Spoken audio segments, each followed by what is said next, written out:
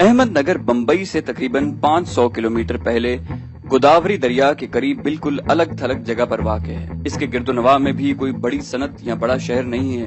گوداوری دریا کی ایک نہر احمد نگر کے بالکل قریب سے گزرتی ہے۔ یہ علاقہ ٹینکوں کی تربیت کے لیے نہایت موزوں ہے۔ یہاں اونچے نیچے ٹیلوں، ریت، کیچڑ اور پانی کی موجودگی سے ٹینکوں کی ہر طرح کی تربیت کی جا سکتی ہے۔ قریب 20-22 گھنٹے کے سفر کے بعد میں احمد نگر پہنچا اور ایک ٹھیک ٹھاک ہوٹل میں کمرہ لے لیا۔ میرا اہم مسئلہ ان ممنوعہ حدود میں داخل ہونا تھا جہاں بریگیڈ ہیڈ کوارٹر اور ڈویژن ہیڈ کوارٹر تھے۔ ٹریننگ کے علاقے میں داخل ہونا اول تو فضول تھا اور دوسرا تقریباً ناممکن۔ شام کو میں شہر میں گھومنے نکل گیا۔ میں نے سائیکل رکشہ لیا اور سارا شہر گھمانے کو کہا۔ ٹریننگ سینٹر کی جانب جہاں شہر کی حدود ختم ہوتی تھی وہاں چھاؤنی سے باہر شراب خانے تھے جہاں میں نے فوجی جوانوں کو اندر جاتے اور باہر نکلتے ہوئے دیکھا۔ میں ایک شراب خانے میں داخل ہوا اور وہاں مختلف ریجمنٹس کے نشان لگائے ہوئے فوجی موجود پائے۔ پاکستان میں ٹریننگ کے دوران چونکہ مجھے بھارت کے تمام ڈویژنز، بریگیڈز اور ریجمنٹس کے نشان ازبر کرائے گئے تھے، اس لیے میں نے فوراً ہی پہچان لیا کہ یہ سب مختلف ٹینک ریجمنٹس کے ہی نوجوان تھے۔ بھارت میں اس وقت فوجیوں کو ہر روز راشن میں 2 آؤنس شراب مفت ملتی تھی۔ ظاہر ہے کہ صرف 2 آؤنس شراب سے ان کا نشہ پورا نہیں ہو سکتا تھا، اسی لیے چھاؤنی کے گرد شراب خانے بنے ہوئے تھے جہاں دیسی شراب ملتی تھی اور وہیں پر یہ فوجی اپنی بقیہ طلب پوری کرتے تھے۔ میں نے ان شراب خانے کے نشے میں جھومتے فوجیوں سے اپنے مطلب کی باتیں گلوانے کا منصوبہ بنایا اور واپس ہوٹل میں لوٹ آیا۔ اگلے دن میں 2IC اور EDOS کے دفتر میں گیا۔ دونوں جگہوں سے مجھے کہا گیا کہ 1 مہینے کے اندر وہ فیصلہ کریں گے کہ میری چائے خریدی جائے یا نہیں، اور اگر میرے فیصلہ میرے حق میں ہو گیا تو مجھے مسلسل سپلائی جاری رکھنے کے لیے ایڈوانس بھی جمع کروانا پڑے گا اور میرے ساتھ باقاعدہ معاہدہ بھی کیا جائے گا کہ میں کب سے سپلائی شروع کروں۔ دفتر کے کلرکوں وغیرہ سے گفتگو کے بعد مجھے اندازہ ہو گیا کہ ڈویژن ہیڈ کوارٹر میں EDOS اور بریگیڈ ہیڈ کوارٹر میں 2IC سے رابطہ بڑھانا یا یوں کہہ لیجئے کہ انہیں خوش کرنا لازمی ہوگا، تب ہی مجھے کانٹریکٹ مل سکے گا۔ میں نے EDOS کے دفتر کے ایک ذرا زیادہ ہی کھلنڈرے قسم کے کلرک کو اپنے ہوٹل میں شام کو گپ شپ کرنے کے لیے اور اس کو خوش کرنے کے حوالے سے بات چیت کرنے کے لیے بلایا۔ اس نے ہوٹل میں تو آنے سے معذرت کر لی کیونکہ شہر میں کئی ریڈ لائٹ ایریاز ایسے تھے جو فوجیوں کے لیے آؤٹ آف باؤنڈ تھے اور FIU اور ملٹری پولیس کے فوجی ان ممنوعہ علاقوں میں فوجیوں کو پکڑنے کے لیے گھومتے پھرتے تھے۔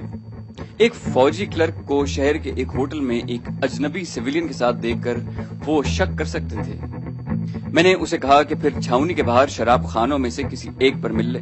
وہ مان گیا اور مجھے ایک شراب خانے کی لوکیشن سمجھا کر وہاں 8 بجے شام کو ملنے کا کہا۔ میں شام 7:45 سے بھی پہلے اس شراب خانے میں جا پہنچا اور باہر ٹہلنے لگا۔ دروازے سے اندر دیکھا تو وہ پہلے سے ہی بیٹھا ہوا تھا۔ میں اندر اس کی ٹیبل پر گیا۔ اس نے پرتپاک خیر مقدم کیا اور اس سے پہلے کہ وہ کچھ آرڈر دے میں نے ویٹر کو سب سے اچھی شراب کی بوتل لانے کو کہا۔ چند لمحوں میں اس نے رسمی سا احتجاج کیا جس پر میں نے کہا کہ تم فوجی ملازم پیشہ ہو، قلیل تنخواہ پانے والے ہو، جبکہ میں کاروباری آدمی ہوں۔ اس دوران اس کے 2-3 واقف کار بھی آ گئے، انہیں بھی میں نے اپنے ٹیبل پر بلا لیا۔ شراب خانے کے اس ہال میں مختلف ٹینک ریجمنٹس کے جوان اور NCO دکھائی دے رہے تھے جو بہت شور مچا رہے تھے اور مجھے ایسے ہی ماحول کی تلاش تھی۔ میں خاصا چوکنا بھی تھا، لہٰذا اس رات سوائے ادھر ادھر کی باتوں اور ہنسنے ہنسانے کے میں نے اپنے کام کی کوئی بات نہ کی۔ وہاں پر ہی معلوم ہوا کہ اس شہر کا یہ سب سے معقول شراب خانہ ہے اور تمام شراب خانے رات 12 بجے لازمی طور پر بند ہو جاتے ہیں۔ کھانے کے لیے سب کی پسند کا آرڈر بھی میں نے دیا اور جب ہم اٹھنے لگے تو وہ کم از کم 3 شراب کی بوتلیں پی چکے تھے۔ وہ اپنی ترنگ میں چھاؤنی کی طرف چل پڑے جبکہ میں نے ایک رکشے پر ہوٹل کی راہ لی۔ اگلے روز میں شام کو 7 بجے ہی وہاں پہنچ گیا۔ اس وقت شراب خانے میں خاصے گاہک تھے۔ گزشتہ رات کی بڑی ٹپ کی وجہ سے ویٹر نے بڑی خوش اخلاقی سے مجھے ایک خالی ٹیبل پر بٹھایا اور اسی عمدہ شراب کی بوتل لے آیا۔ تھوڑی دیر بعد میں گلاس ہاتھ میں تھامے اٹھا اور ایک ٹیبل کے پاس سے گزرتے ہوئے جان بوجھ کر لڑکھڑایا اور گلاس ایک فوجی پر انڈیل دیا۔ اس ٹیبل پر 5 فوجی بیٹھے تھے، وہ مجھے گھورنے لگے۔ میں نے معذرت کی، مسکرایا اور پھر کھلکھلا کر ہنس پڑا۔ اس سے پہلے کہ وہ کچھ بولیں میں نے کہا کہ میں بمبئی سے آیا ہوں اور آپ کی چھاؤنی میں EDOS سے کاروباری سلسلے میں مل چکا ہوں، آپ کا مہمان ہوں، لیکن اب آپ 5 میرے مہمان ہیں۔ شرابی انداز میں نے بیرے کو میرے ٹیبل سے میری بوتل اور 2 مزید بوتلیں اسی ٹیبل پر لانے کو کہا۔ ہر جگہ پر نچلے رینک کے فوجی اور جوان عموماً بہت محدود سوچ رکھتے ہیں، اور پھر جب ADOS سے ملنے والا کاروباری شخص ایسے رینکس میں بے تکلفی سے بیٹھ جائے تو وہ خاصے مؤدب ہو جاتے ہیں۔ انہوں نے پہلے تو میرا مہمان بننے سے انکار کیا، لیکن جب میں نے بے تکلفی سے انہیں یار یار کہنا شروع کیا تو ان کی جھجک ختم ہو گئی اور خاصا دوستانہ ماحول پیدا ہو گیا، اور تھوڑی ہی دیر میں نوبت یہاں تک پہنچ گئی کہ وہ میرے ساتھ ہنسی مذاق کرنے لگے۔ میں نے نہایت ہوشیاری سے گفتگو کا رخ اپنے چائے کے کاروبار اور پھر سابقہ مشرقی پاکستان سے چائے بھارت میں اسمگل ہونے کی طرف پھیرا۔ میں نے انہیں کہا کہ مجھے یہ سمجھ نہیں آتا کہ ہماری فوج نے پاکستانی فوج سے ڈھاکہ میں ہتھیار کیوں ڈلوائے۔ اس سے تو بہتر تھا کہ پورے مشرقی پاکستان پر ہی قبضہ کر لیتے، کم از کم اکھنڈ بھارت کا آدھا خواب تو سچ ہو جاتا اور پھر ہمارے دیش کی سرحدوں میں بھی وسعت آ جاتی۔ اس کی بجائے آپ 90,000 پاکستانی فوجیوں کو قیدی بنا کر لے آئے۔ اب پتہ نہیں پاکستان انہیں واپس لے گا بھی یا نہیں، اب تو وہ ہم پر محض خوراک وغیرہ کا بوجھ بن کر رہ گئے ہیں۔ وہ سب ہنسنے لگے۔ ان میں سے ایک ذرا سمجھدار دکھائی دیتا تھا۔ وہ بولا، صاحب ہم نقصان میں ہرگز نہیں بلکہ بہت فائدے میں ہیں۔ 90,000 پاکستانی فوجی ہماری قید میں ہیں۔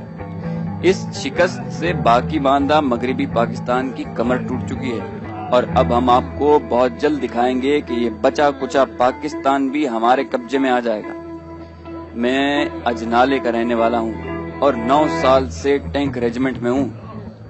ہم شرنارتی ہیں اور پشاور کے رہنے والے ہیں۔ میرے سورگ باسی پتا جی بھی فوجی تھے اور 65 کی جنگ میں امر ہو گئے۔ وہ کہا کرتے تھے کہ پوربی پاکستان کے مقابلے میں پچھمی پاکستان کو فتح کرنا آسان ہے، اس لیے کہ پچھمی پاکستان کے ساتھ افغانستان ہمارا دوست ہے۔ آدھے سے زیادہ کشمیر پر ہمارا قبضہ ہے، جہاں ہم بلندی پر ہیں۔ ہم نے اسی مقصد کے حصول کے لیے 65 میں بھی پچھمی پاکستان میں جنگ لڑی تھی، یہ سوچ کے کہ اٹک تک افغانستان آگے بڑھ کر قبضہ کر لے گا اور اپنے بارڈر سے آگے بڑھ کر ہم گجرانوالہ تک کا علاقہ فتح کر لیں گے۔ ادھر کشمیر سے ہماری فوجیں گجرات، میرپور اور مری کے راستے آگے بڑھ کر سارے پاکستان کا تیا پانچا کر دیں گے۔ پاکستان کی فوجیں ایک وقت میں 3 جگہوں پر نہیں لڑ سکتی۔ اس کے مقابلے میں پوربی پاکستان میں دریاؤں کی بہتات ہے اور دلدلی علاقوں کی وجہ سے وہاں پر لڑنا اور اسے فتح کرنا بہت مشکل ہے۔ برما بھی ہمارا ایسا دوست نہیں جو ایسے وقت پر ہماری مدد کرے۔ اب پوربی پاکستان میں پاکستانی فوجیوں سے ہتھیار ڈلوا کر اور قیدی بنا کر ہم نے انہیں اپنے دیش میں لے آئے۔ پوربی پاکستان مطلب کہ بنگلہ دیش سے ہمارا فوجی معاہدہ ہے کہ وہ 20 سال تک 2 ڈویژن سے زیادہ فوج نہیں رکھے گا، اور پھر مجیب کی حکومت ہے وہاں پر جو ہمارے احسان کے نیچے دبا ہوا ہے۔ اب پچھمی پاکستان کی فوج ہم سے لڑنے سے پہلے 100 بار سوچے گی۔ ان کے 90,000 مسلح فوجی ہم پہلے ہی ہماری قید میں ہیں۔ ان قریب ہم آپ کو ایک اور بڑی فتح کی خبر بھی سنائیں گے۔ غرض یہ کہ شراب کے نشے میں اس نے خاصی واہی تباہی بکی۔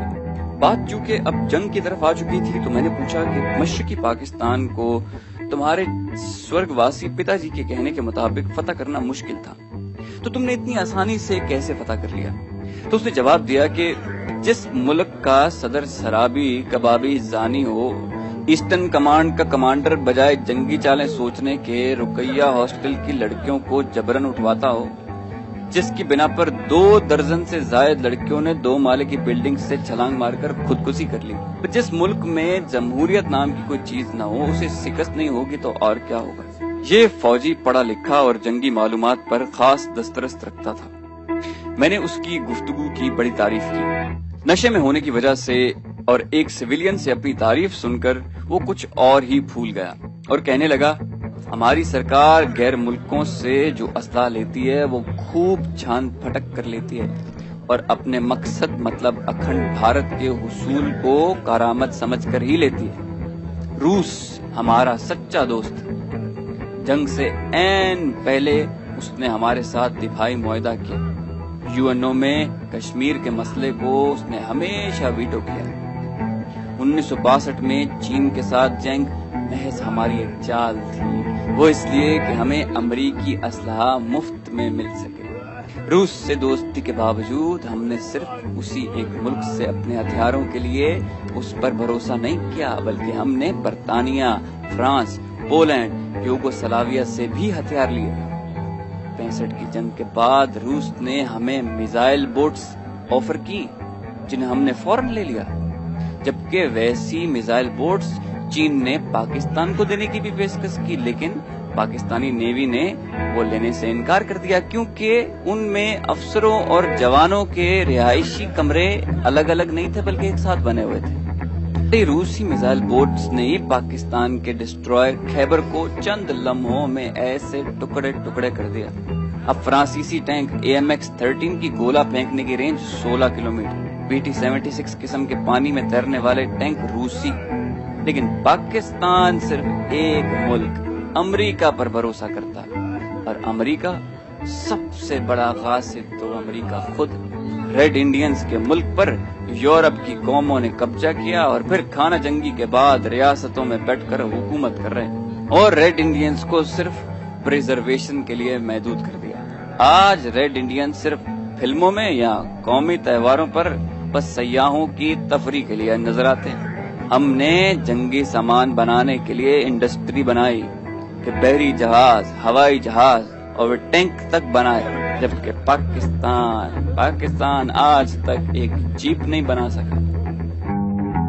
اس کی یہ باتیں خنجروں کی طرح میرے سینے میں پیوست ہو رہی تھیں، لیکن میں خاموش تھا۔ وہ تو کامیابی اور شراب کے نشے میں بول رہا تھا اور مجھے یوں محسوس ہو رہا تھا جیسے وہ مجھے آئینہ دکھا رہا ہو۔ ہم بھی وہی ہیں، دشمن بھی وہی ہے اور اس کے عزائم بھی وہی۔ پرتھوی اور اگنی میزائل اس کے جارحانہ عزائم کی عکاسی کرتے ہیں۔ یہ تو رب ذوالجلال والاکرام کی ذات پاک ہے جس نے اس آدھے بچے کچے پاکستان کو بھی اپنی پناہ میں لیے رکھا ہے، ورنہ ہم نے تو اپنی تباہی میں کوئی کسر نہیں چھوڑی۔ ہم احسان مند ہیں ڈاکٹر عبدالقدیر خان کی، اور میں انہیں دعائیں دیتا ہوں جس نے وطن کی محبت میں اپنی انتھک محنت اور خوف کی پرواہ کیے بغیر اربوں ڈالر کی پیشکش کو مسترد کر کے پاکستان کو ایٹامک پاور بنایا، ورنہ بھارت تو 1974 میں ہی پاکستان کی سرحدوں کے قریب ایٹمی دھماکہ کر چکا تھا۔ ہمارے نیوکلیر پاور بننے کی وجہ سے ہی بھارت تل ملا رہا ہے، ورنہ وہ پاکستان کو بھی بہت سال پہلے بنگلہ دیش کی طرح نوالا سمجھ کر ہڑپ چکا ہوتا۔ بے وقوف دوست سے ایک عقل مند دشمن بہت بہتر ہے۔ تو دوستو، یہ تھی ہماری آج کی ویڈیو۔ امید کرتے ہیں کہ آپ کو ہماری ویڈیو پسند آئی ہوگی۔ اگر آپ کو یہ ویڈیو پسند آئی ہو تو اسے لائک کیجئے، شیئر کیجئے اور سبسکرائب کرنا مت بھولیے۔ سبسکرائب کرنے کے لیے سرخ بٹن پر کلک کیجئے یا بیل آئیکن کو دبائیے تاکہ آپ کو ہماری تمام ویڈیوز بغیر کسی ڈیلے کے مسلسل ملتی رہیں۔ اپنا بہت خیال رکھیے گا۔ اللہ حافظ۔